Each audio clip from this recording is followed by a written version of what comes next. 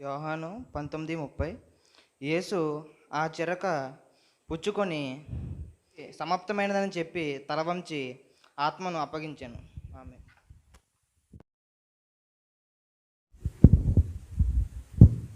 అందరికీ good Friday శుభాకాంక్షలు. సంతోషంగా ఉన్నారా, కష్టంగా ఉన్నారా? ఎండ ఎక్కువగా ఉందా? సరే ఆరో మాట ఏంటి? సమాప్తమైనది. యేసయ్య పుట్టుక ప్రారంభం నుంచి కానివ్వండి, ముగింపు వరకు, ఆయన చనిపోయే వరకు కూడా ప్రతిదీ ఏమైనదండి?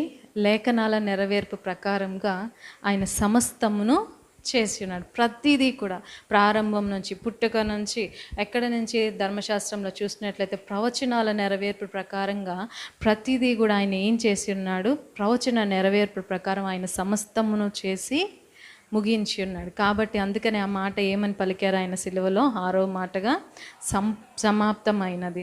సో సమాప్తం అంటే సంపూర్ణంగానే చెప్పచ్చు, కంప్లీట్ అయింది కదా. కంప్లీట్ ఆయన అంతా చేసి ముగించాడు అన్నమాట కదా. అంటే ఆయనకి ఏ పని అయితే ఇచ్చారో, ఆయనకి ఏ బాధ్యత అయితే దేవుని దగ్గర నుంచి అప్పగించబడిందో, ఆయన ఆ బాధ్యతను ఏం చేశాడంట? నెరవేర్చి ముగించాడు. అయితే ఆదికాండంలో చూసినట్లయితే మొదటి అధ్యాయంలో ఏమని ఉంటుంది? 6 దినములు ఆయన ఏం చేశాడంట? సృష్టిని సృష్టించాడు. 6వ దినమున ఆయన సమాప్తము చేశాను. 7వ దినమున ఆయన ఏమైనట్లుగా అది ఏమైంది? విశ్రాంతి. 6వ దినముతో సమాప్తమైనది. అంటే ఆయన సమాప్తం చేసినట్లుగా, అంటే సమాప్తమైనది అంటే ఆ 6 దినములు చేసి ఆయన విశ్రమించాను అంటే ఏమైనది? కంప్లీట్ అయినది. అంటే ఆయన విశ్రమించాను అంటే సమాప్తమైనది అంటే విశ్రాంతి. ఆ మాట ఒకసారి చదువుతారా? కాబట్టి దేవుడు పై వచనం కూడా, తాను చేసిన తన పని అంతటి యందు 7వ దినమున విశ్రమించును. 7వ దినమున విశ్రమించును అంటే విశ్రాంతి అంటే అర్థం ఏంటండి? 7వ దినమున విశ్రమించు అంటే 6 దినములు ఆయన పని చేసి 7వ దినమున ఆయన విశ్రమించను. విశ్రాంతి అంటే మామూలుగా విశ్రమించనని మాట అర్థం చేసుకోవచ్చు. కానీ క్రొత్త నిబంధనలోకి వచ్చేసరికి విశ్రాంతికి ప్రభు ఎవరై ఉన్నారు? మత్తయి సువార్తలోను లూకాసు వార్తలోను ఏమని ఉంటుంది? విశ్రాంతి దినమునకు కర్త ఎవరై ఉన్నారంట? ప్రభువు. ఆయన దానికి ప్రభువై ఉన్నాడు అని మాటలు ఉంటాయి. ప్రకటన గ్రంథంలో చూసినట్లయితే దేవుని యందు మృతులందు వారు ధన్యులు, వారు విశ్రాంతిలోనికి ప్రవేశించెదరు. అంటే ఆ వాక్యం ప్రకారం దానికి మాటకు అర్థం ఏంటంటే విశ్రాంతి అంటే మరణము. సో మరణంలోనికి అంటే మరణంలోనికి విశ్రాంతి ఎలాగని మనం చూసినట్లయితే ఇప్పటి వరకు మరణం ఏ దాస్యం క్రింద ఉన్నామండి? మరణం అనేటువంటి దాస్యంలోనికి లోబడిన వారంగా ఉన్నాం. అయితే యేసయ్య ఎందుకని పంపబడ్డాడు?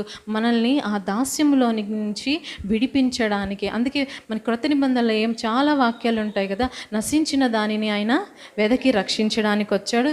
అలాగని ధర్మశాస్త్రాన్ని కొట్టివేయడానికి రాలేదు. ఇంకా చూస్తే పాపులను రక్షించడానికి ఆయన, పాపులను వెదకి రక్షించడానికి ఆయన వచ్చినట్లుగా మనం చూస్తాం కదా. అయితే దేవుని చిత్తం ఏంటండి? దేవుని చిత్తాన్ని ఆయన నెరవేర్చడానికి వచ్చాడు కదా. హెబ్రీ పత్రిక 10వ అధ్యాయం 7వ వచనం చూద్దామా? 17. అప్పుడు నేను ప్రకారము దేవా నీ చిత్తము నెరవేర్చుటకు ఇదిగో నేను వచ్చి ఉన్నానని. ఎవరండి వచ్చింది? యేసయ్య. దేనికి వచ్చారంట? తండ్రి యొక్క చిత్తాన్ని నెరవేర్చడానికి ఈ లోకంలోనికి వచ్చారు. అయితే దేవుని యొక్క చిత్తం ఏంటయ్యా, అసలు ఏంటి సంగతి అని చూసినట్లయితే ఆదికాండం 1వ అధ్యాయము 28వ వచనం. దేవుడు వారిని ఆశీర్వదించెను. ఎట్లనగా మీరు ఫలించి అభివృద్ధి పొంది విస్తరించి భూమిని నిండించి దానిని లోబర్చుకొనుడి. చాలు. ఏమంట? భూమిని నిండించి దానిని లోపరుచుకోండి. అయితే 9వ అధ్యాయము 1వ వచనం చూద్దాం. మరియు దేవుడు నోవాహును అతని కుమారులను ఆశీర్వదించి మీరు ఫలించి అభివృద్ధి పొంది భూమిని నింపుడి. ఈ 2 మాటలు ఒకసారి గమనించారా? అంతా అక్కడున్న ఆశీర్వాదమే ఇక్కడ కూడా ఉన్నదండి. అయితే ఒక మాట మిస్ అయింది. ఏం మిస్ అయింది చెప్తారా? భూమిని లోపరుచుకునడి. మొదటి మాటలో ఏముంటుంది? భూమిని ఫలించి దాన్ని అభివృద్ధి పొందించి భూమిని లోపరుచుకొనడి అనే మాట ఉంది. ఇక్కడ రెండో మాటలోకి వచ్చేసరికి 9:1 ఫలించి అభివృద్ధి పొందించుడి, భూమిని నింపుడి. లోపరుచుకున్నాడు అనే మాట లేదు అక్కడ. ఆ మాట అనేది మిస్ అయిపోయింది. ఎందుకని? ఆదామవ్వలు ఏం చేశారు? దేవునికి అవిధేయత చూపడం వలన దాని మీద భూమిని లోపరుచుకునేటువంటి అధికారము వారు కోల్పోయిన వారుగా ఉన్నారు. అయితే ఈ అధికారం ఎవరికి అప్పగించబడింది? లూకాసు వార్త 4:6 చూసినట్లయితే,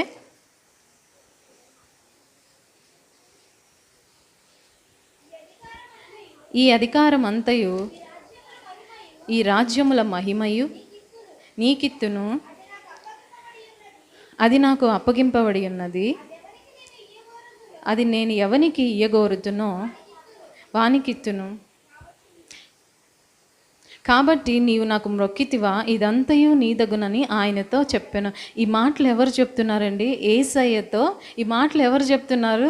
సాతాను, అపవాది చెప్తున్నాడు. ఏమని? ఈ అధికారం అంతయు ఈ రాజ్యముల మహిమయు. ఏ అధికారం అంట? ఈ అధికారం అంతా ఈ రాజ్యముల మహిమ నీకు ఇచ్చేదను, అది నాకు అప్పగింపబడినది, అది ఎవనికి నేను ఇయ్యగోరుతునో వానికి ఇత్తును. కాబట్టి నీవు నాకు మ్రొక్కితివా, ఇదంతయు నీ దగును అని ఎవరితో చెప్తున్నాడు?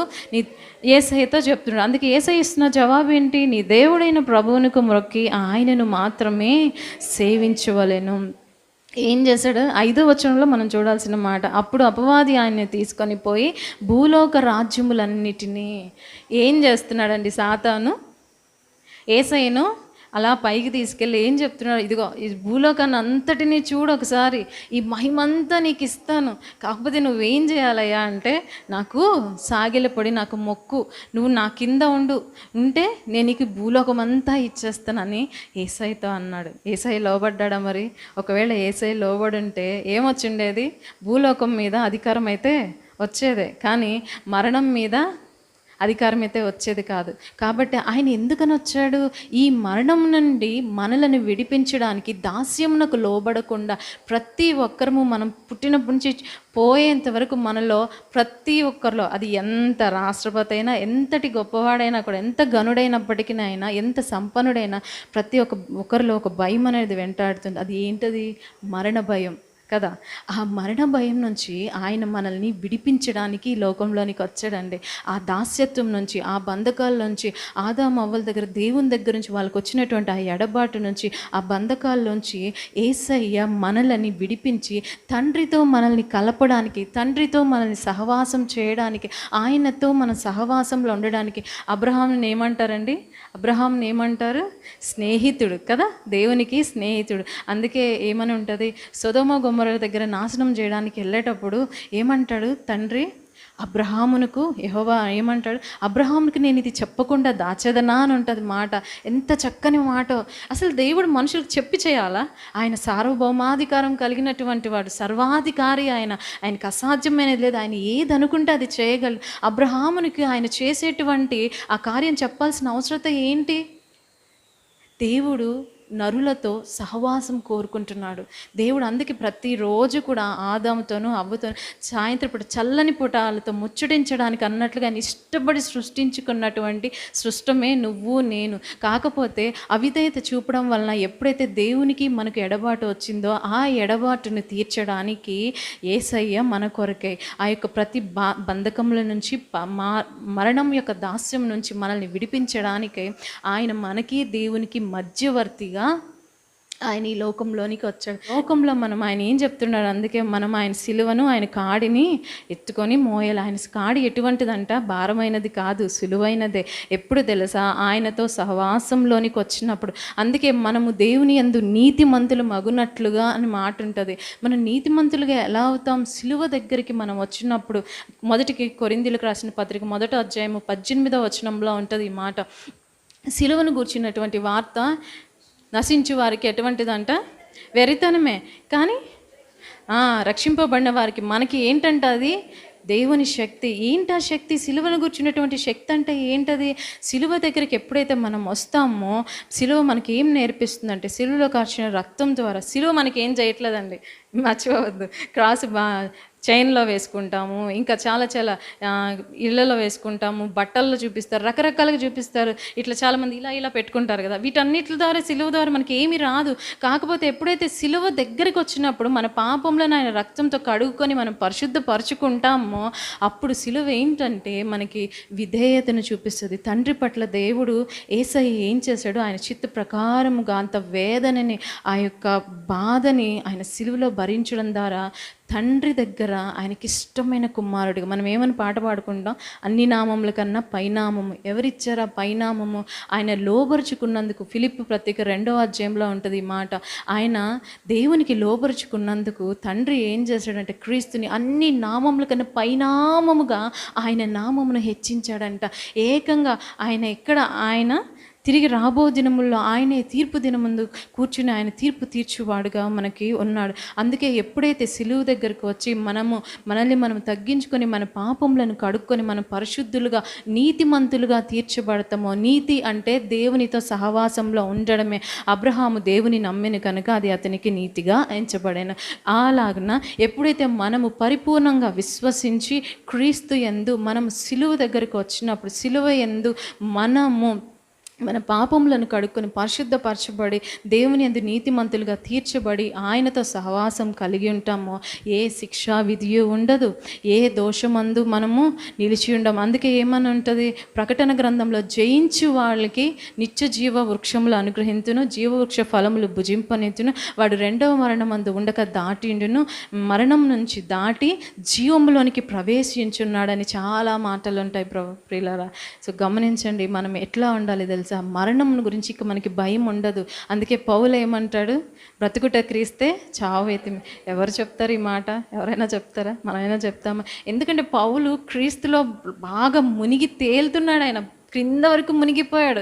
అంత ప్రేమలో క్రీస్తుతో పరిపూర్ణంగా ఆయనతో సహవాసంలో ఆయనతో పూర్తిగా రూపాంతర అనుభవంలోనికి ఉండేసరికి ఆయన ఏమైనాడో పౌలు ఎరిగి ఉన్నాడు. అందుకే అంటున్నాడు అనమాట, బ్రతుకుట క్రీస్తే చావు అయితే మేలే. సో చావు నుంచి ఇక మనం భయపడాల్సిన అవసరం లేదు. ఎందుకంటే సిలువలో ఆయన ఆ మరణాన్ని జయించున్నాడు. అందుకే ఓ మరణమా నీ ముల్లెక్కడా అని అడుగుతున్నాడు. సో ఆ విధంగా అలానే ఆయన పాపమును భరించలేదు, కానీ మన దోషంలో ఆయన మోసినవాడుగా కనపడుతున్నాడు అంతవరకు. అందుకే ఆయన శిష్యులు సాక్ష్యం పలుకుతున్నారు ఆయన గురించి. ఏమని పలుకుతున్నారు? ఈయన యందు ఏ దోషము లేదు, ఆయన యందు ఏ పాపము నిలిచి ఉండలేదు. అందుకే ప్రభు కూడా అంటారు, నాలో ఎవరైనా పాపం ఉన్నదని నిరూపించగలరా అని మాట్లాడతారు ఇంత చక్కగా. సో ఆయన చూపించిన మాదిరి మనం ఎందుకు చేయలేమండి? మనం చేయగలం.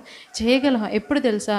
కూర్చొని ప్రభువా నాకు సహాయం చేయండి, ప్రభువా నేను ఇలా ఉండాలి అలా ఉండాలి అని మనం అడిగితే అవుతుంది. అలా కాకుండా నేను చేయగలను సొంతంగా ఎన్ని రోజులు చేయగలం? సొంతంగా కోపం తెచ్చుకోకూడదు. 40 రోజులు పాటిస్తారు కదా, ఈ 40 రోజులు అస్సలు కోపం రాకూడదు, ఎన్వి తినకూడదు. ఇంకా మంచిగా పనులు చేసేవాళ్ళు ఉంటారు కదా, స్మోకింగ్ కానివ్వండి, డ్రింక్ కానివ్వండి చేయకూడదు. శుభ శుక్రవారం అంటే అయ్యో దేవుడు చనిపోయాడంటే, ఎవరో చెప్పారండి మాట, దేవుడు చనిపోయాడని బాధతో తాగేశానండి.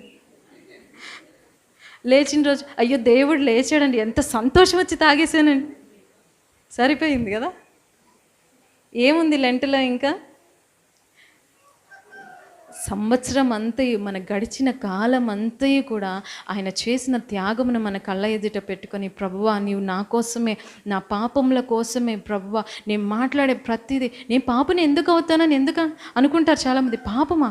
నేను ఎప్పుడు పాపం చేయలే, నేను ఎప్పుడు తప్పు చేయలే. పుట్టిన పిల్లలు మొదలుకొని, పుట్టినప్పటి నుంచే పిల్లలు ఏంటి చాక్లెట్ తీసుకున్నావా, పెన్సిల్, నేను ఏం తీసుకోలే, నేను చేయలే. ఎప్పుడైనా నైసా కూడా ఒప్పుకోదు, అస్సలు నైస్ అయితే అస్సలు ఒప్పుకోదు. ఎవరు నేర్పించారు అవి? వాళ్ళ దగ్గర ఒక కొత్త వస్తువు ఏదైనా ఉందంటే ఇంకా పక్కన వాళ్ళందరికీ చూపెట్టాలి, కానీ వాళ్ళకి ఇవ్వరు. మళ్ళీ నైసా కూడా అంతే, ఉన్నారంటే పిల్లలందరికీ చూపిస్తారు, కానీ ఆడుకోవడానికి మాత్రం ఎవరు నేర్పించారు? అవన్నీ స్వాభావికంగా వచ్చినటువంటి లక్షణాలు. సో దేవుడు మనలో పిల్లల వలె ఉండాలి, కానీ పిల్ల చేష్టలు అనేవి మనలో ఉండకూడదు. సో పవిత్రమైనటువంటి హృదయంతో దేవుని మనం హత్తుకున్న వారంగా మనం ఉండాలి. సో దేవుడు ఎందుకు వచ్చాడండి అంటే దేవుని చిత్తమును ఆయన మన పట్ల నెరవేర్చడానికి, ప్రతి కాడి నుంచి మనల్ని, దాస్యం నుంచి మనల్ని విడిపించడానికి ఆయన మన దగ్గరికి మనకి వచ్చాడు. ఆదికాండంలో ఇంకేముంటుంది? జీవవృక్ష ఫలాలు వాళ్ళు తినకుండా, మంచి చెడులను తెలియనిచ్చే వృక్ష ఫలాలు తినకుండా దేవుడు వారిని గెంటి వేసిన అంటది. చివరికి ప్రకటన గ్రంథంలోకి వచ్చేసరికి ఏముంటుంది? ఎవరైతే జయిస్తారో వాళ్ళకి ఏమి ఇస్తున్నాడంటే ఆయన జీవవృక్ష ఫలములు భుజించే అర్హతని ఇస్తున్నాడు. సో ఎప్పుడైనా ఆలోచించారా? ప్రార్థన చేసుకున్నామా, మన అవసరతలు తీర్చబడ్డాయా, అయిపోయిందా, అడిగామా, వెళ్ళిపోయామా? కాదు కాదు ప్రియులారా. ఎందుకంటే సమాప్తమైనది.